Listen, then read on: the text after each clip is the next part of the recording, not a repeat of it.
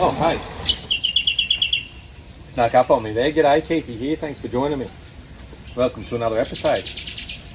So what are we here to do today? Well, I'll get to that in a second, but I'll tell you what, nothing beats working on a nice clean car. So I'll knock this over and we'll have a bit of a yarn about what we've got to do. There's actually two things that I'm going to talk about today, and we'll get into one of them now, and we can knock another one over later.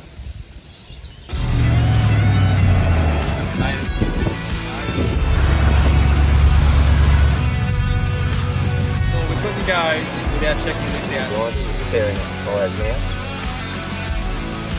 G'day, Keithy here. G'day, Keithy here. G'day, Keithy here.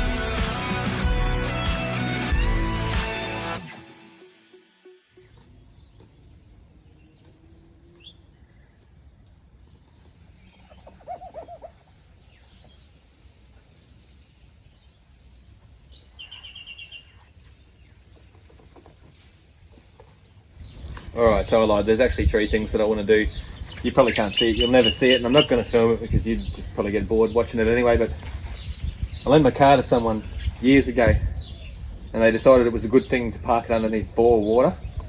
I don't know if you know, but bore water is not really good for paint. It's also not good for glass, and as a result, the mirrors on both sides, they've got like a bore water, like a water stain. So I'm going to get that off today, I'll do that. That's been bugging me for so long. We'll knock it over. Alright, so she's come up pretty good. It's looking really clean now. Hasn't had a wash. I'm a little bit guilty of it for a couple of months. I've been busy, so I haven't had the chance to get around to it. It certainly does shine up alright for a vehicle that does a lot of time off-road. Anyway, why are we here today? Well, if you haven't seen my channel before, don't forget to subscribe and all of that kind of jazz, and hit the bell icon and all that. That way you can see a little bit more. This stuff might interest you, and even if you don't have a Range Rover, it's relevant to a lot of different vehicles, different four-wheel drives. My Ute, for example, I do some stuff on that as well. So what we're doing today, I'm going to pop the bonnet. We're going to have a look into this Thermofan system again. I got a lot of comments, a lot of feedback from you guys on the last video, which is up there. Thank you very much for your feedback on that one. A lot of the suggestions said that maybe the fan isn't enough to do the job. I think it is. I think there's just a way that needs to be worked in order to make it suitable for the job and actually be able to do it in all conditions. Like we said, we've established, if you watch the video, we've established where it works and where it doesn't work, and the only place that it doesn't work is in extreme conditions going uphill. So we don't do that all that often. It's okay for now, but we're gonna make it work. Now on the Land Rover forum, Olro, there was some good suggestions there as well, and one bloke actually had a really good suggestion, something that I'd looked at but didn't give too much thought to, and that is actually properly shrouding the Thermofan so that it's pulling through the entire radiator rather than have that little gap at the top and let a little bit of air naturally pass through. His suggestion was that perhaps some of that air is actually going back into the Thermofan from in the engine bay and sort of recirculating its own air, which is what's causing it to get hot at low speeds when the vehicle's going at low speeds. So that's something we're going to look at now. I'm going to see if I can shroud this thing properly and actually make it work for all conditions.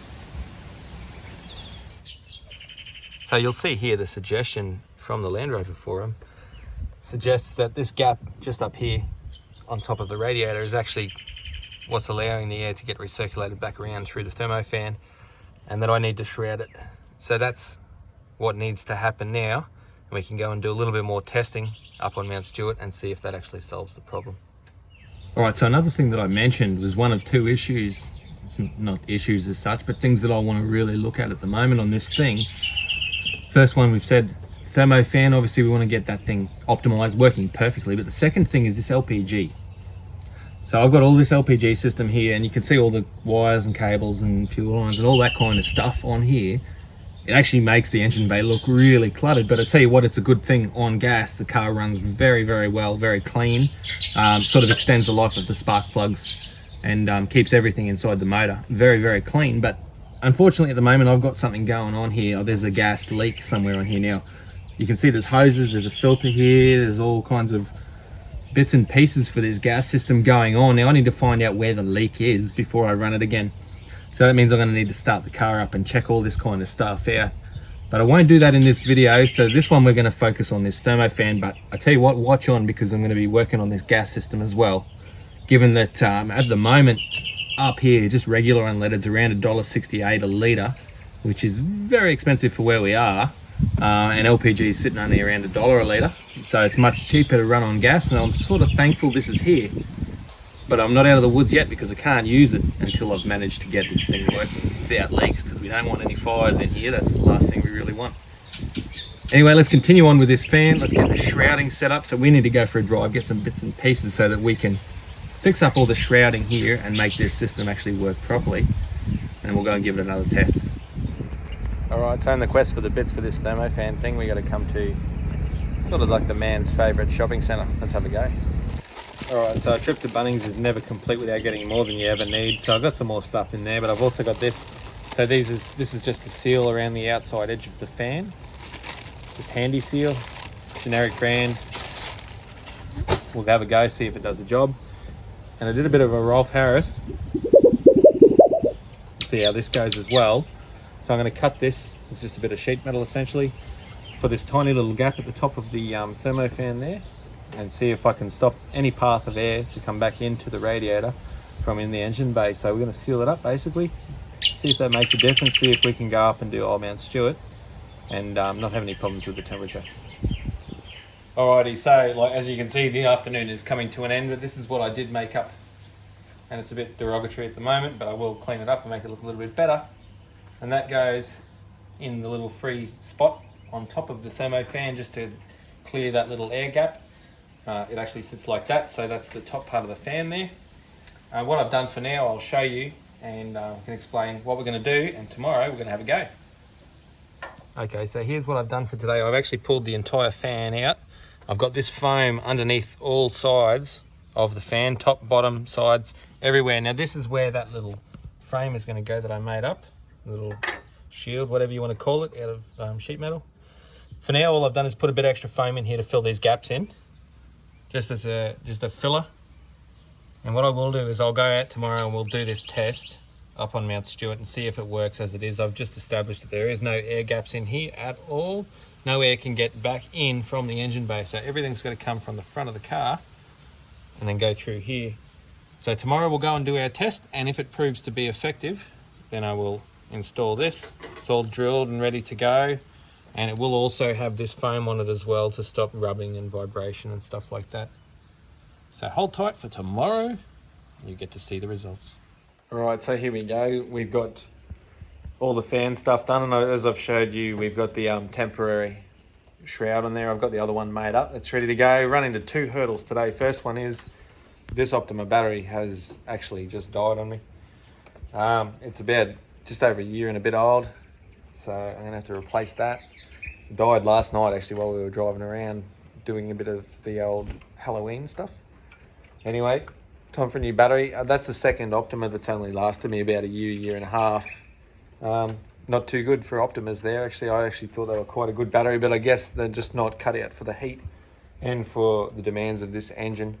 So I will be replacing that before I do anything. I can't drive it at the moment, so let's take the other rig out. Take this out and go and get a new battery, and then we can go and do the test up Mount Stewart. But the other problem is this guy. So look at the ground there.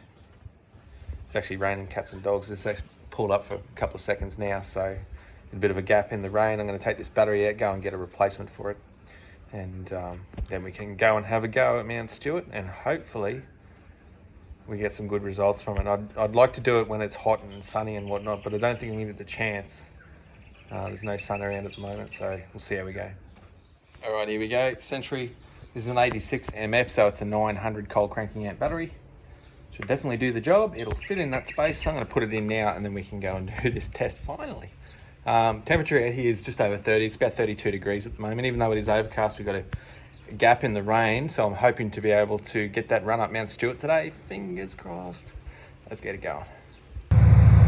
Alrighty, here we go, getting keen now. There's a little bit of cloud cover out still, but the temperature's 34 degrees right now out here, so welcome to North Queensland in the late part of the year.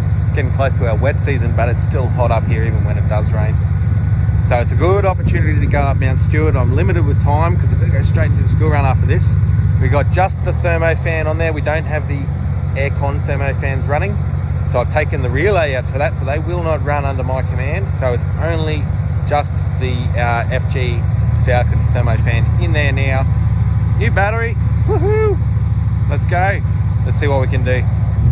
All right, let's do our little climb. So the starting temp is 80 degrees on the gauge, which means it's about 87 in the engine bay. I'm going to have a cut-off of 100 degrees on this gauge. The other day I stopped at 95.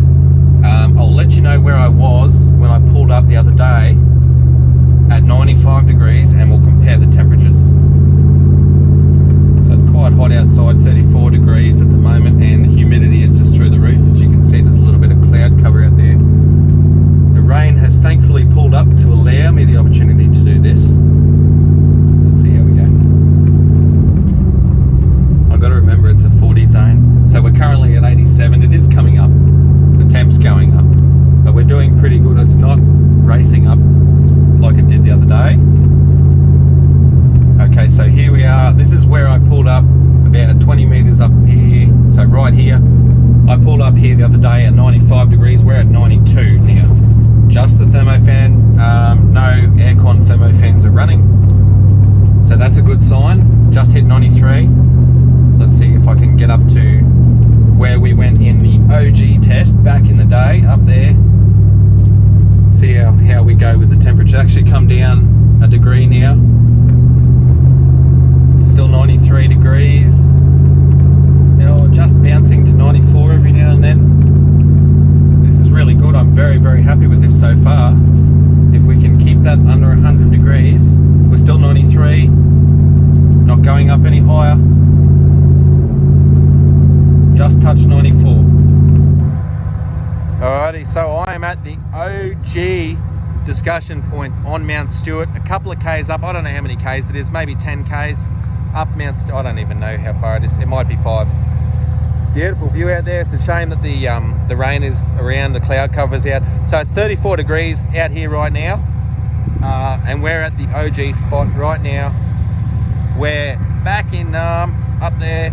I was talking to you about this and it not being effective now. The highest temperature I got to get to this point was 97 degrees. We didn't get 100 degrees. So that's a win right there. And that is just the FG fan. So I do have the 2 aircon fans up my sleeve if I had to use them. I think that's absolutely fantastic.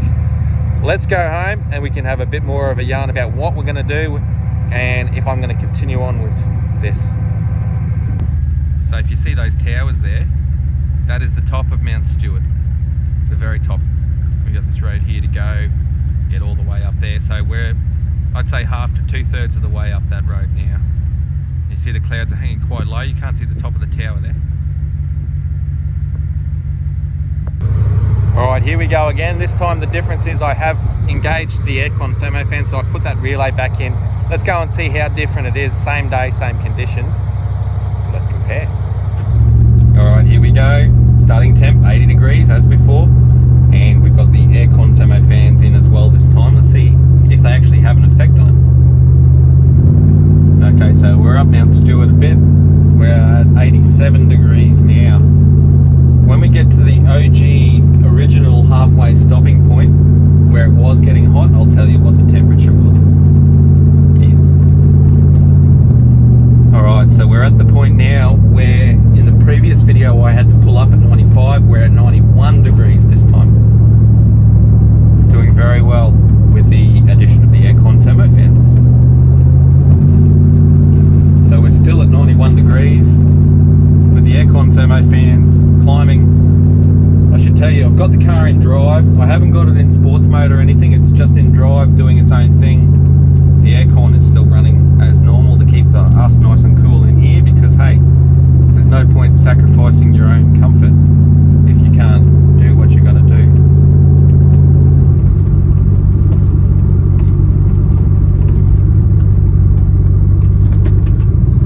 Okay, so we're at the OG point. We're at 95 degrees, so we've got BF thermofan and the aircon thermofans running.